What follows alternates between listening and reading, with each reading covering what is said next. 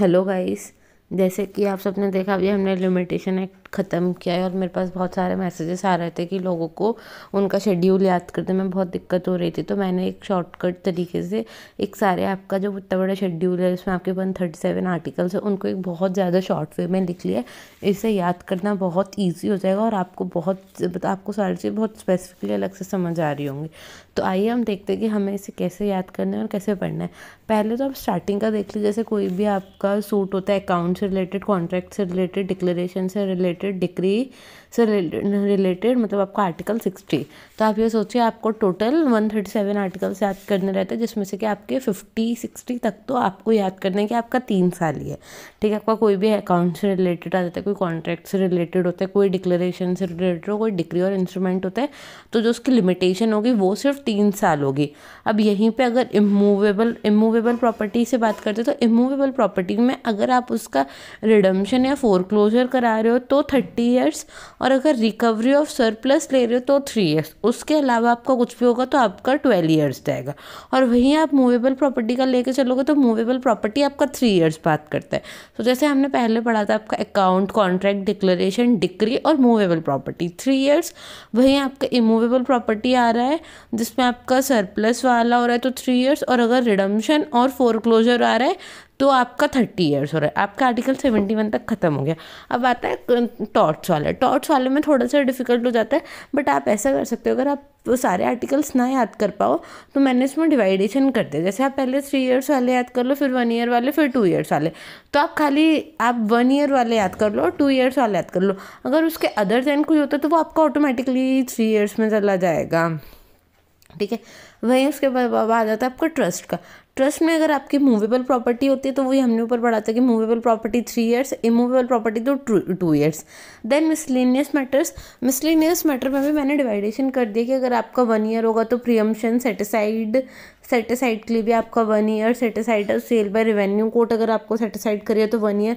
वहीं foreign judgement हो रहा है, जर्नल ई स्टेट हो रहा है, तो उन सबका आपका 3 ईयर्स हो जाता है। और अगर कोई भी लिमिटेशन नहीं दी गई है तो आपका जो होगा वो आपका 3 ईयर्स रहेगा। आपका 113 ये बोलता है। और यहीं पे इसमें 2 आर्टिकल शायद से नीचे कटे हुए हैं, वो 30 ईयर्स की बात करते हैं। अगर कोई भी लोकल अथॉरिटी के बिहाफ पे हो रहा है या फिर कोई सूट आप सेंट्रल गवर्नमेंट के अगेंस्ट ला रहे हो, जो हमने जब ईजमेंट पढ़ा था तब भी पढ़ा था कि अगर आपको ईजमेंट्री राइट भी फाइल करने तो आप 30 ईयर्स के बाद ही फाइल कर सकते हो अगेंस्ट गवर्नमेंट।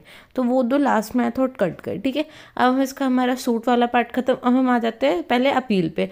अपील तो बहुत ईजी। अपील आपको सिर्फ बात करता है आर्टिकल 114 से लेके 1117 तक। 3-4 आर्टिकल्स है बट थोड़ा सा कॉम्प्लिकेटेड होता है। अपील में फर्स्ट चीज़ याद करने के लिए आप हमेशा ये याद रखिए कि सिविल में जो भी आपके सिविल मैटर्स होता है उसमें कभी भी आपको 60 डेज़ की रेमेडी दी नहीं है। उसमें या तो 90 डेज़ है या 30 डेज़ है। तो जो 60 डेज़ है वो सिर्फ आपका ऑर्डर ऑफ एक्विटल के लिए होता है, हाई कोर्ट में जब जाता है तो वो आपका 60 डेज़ हो गया। अब आपका बच्चा 90 और 30 डेज़।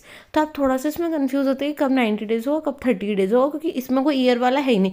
क्योंकि आप कभी भी अपील को पेंडेंसी, आप अपील के लिए इतना लंबा टाइम नहीं कर सकते हो।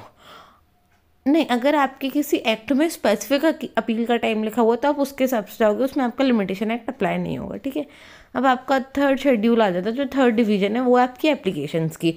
तो एप्लीकेशंस में भी मैंने पूरा डिवीजन बना के रख दिया। जैसे 30 डेज़ में 30 डेज़ हो जाता है आपका। आपको आर्बिट्रेशन का कोई अवार्ड को चैलेंज करना है, आपको कोई सूट को रीस्टोर कराना है, सेटिसाइड करना है, एक्स पार्टी डिक्री को रिव्यू करना है, जजमेंट को। बट वही रिव्यू कहाँ पे होना चाहिए? आपको सुप्रीम कोर्ट को छोड़ के आपको कहीं और रिव्यू करना है, तो आपके पास 30 डेज़ है। आपको कहीं क्या कहते हैं, leave to appeal as a pauper file करना है, पोजेशन एंड डिस्पोज प्रॉपर्टी का। तो ये सब के लिए आपके पास 30 डेज़ है। वहीं 90 डेज़ का के लिए आपको रिप्रेजेंटेटिव की एप्लीकेशन फाइल करनी है, जो आपकी ऑर्डर वाइज रूल 4 में जाती है। 22/4 की एप्लीकेशन जिसे नॉर्मली बोलते हैं वो आप 90 दिन में फाइल करते हो। पावर ऑफ रिवीजन फाइल करना है आपको 397 में, या आपको CPC में रिवीजन के लिए जाना है। और एज सुप्रीम कोर्ट जाना है SLP के लिए। अदर मैटर्स जो आपके 133 को छोड़ के उन सब में आपका जाता है 90 दिन। वहीं सेटिसाइड अगर आपका 60 दिन कब जाता है, कोई भी सेटिसाइड एग्जीक्यूशन को सेटिसाइड कराना है, appeal to as a pauper है, या फिर हाई कोर्ट को सर्टिफिकेट देना है SLP का, उन सब में आपका 60 दिन का लिमिटेशन रहता है। और जो उसके बाद बचा आपका तीन लिमिटेशंस, वो तीनों अलग से डिवाइड है कि अगर delivery of possession of by purchaser को प्रॉपर्टी का पोजेशन देना है 1 साल, और वहीं आपके अगर मैंडेटरी इंजंक्शन है तो मैंडेटरी इंजंक्शन तो आपको जल्दी इन्फोर्स कराना होता है तो 3 साल, और अगर अदर देन कोई भी मैंडेटरी इंजंक्शन है 12 साल, और अगर कोई एप्लीकेशन आपका कोई टाइम लिमिट प्रिस्क्राइब नहीं है तो वो आपका 137 ईयर्स, 137 बताता है कि 3 साल। ठीक है, वहीं अगर आपका ये तो एप्लीकेशन का भी 3 साल हो जाता है, और वही हमने फर्स्ट वाले में पढ़ा था सूट्स में कि अगर कोई लिमिटेशन प्रिस्क्राइब नहीं है तो भी हम 3 साल लेके चलेंगे। तो ये एक बहुत शॉर्टकट तरीका है जिसमें मैंने आपको पूरा डिफ्रेंशिएट करके बता दिया। आप इससे बहुत ईजिली याद कर सकते हैं सारी लिमिटेशंस के जो पूरा शेड्यूल होता है वो। Thank you.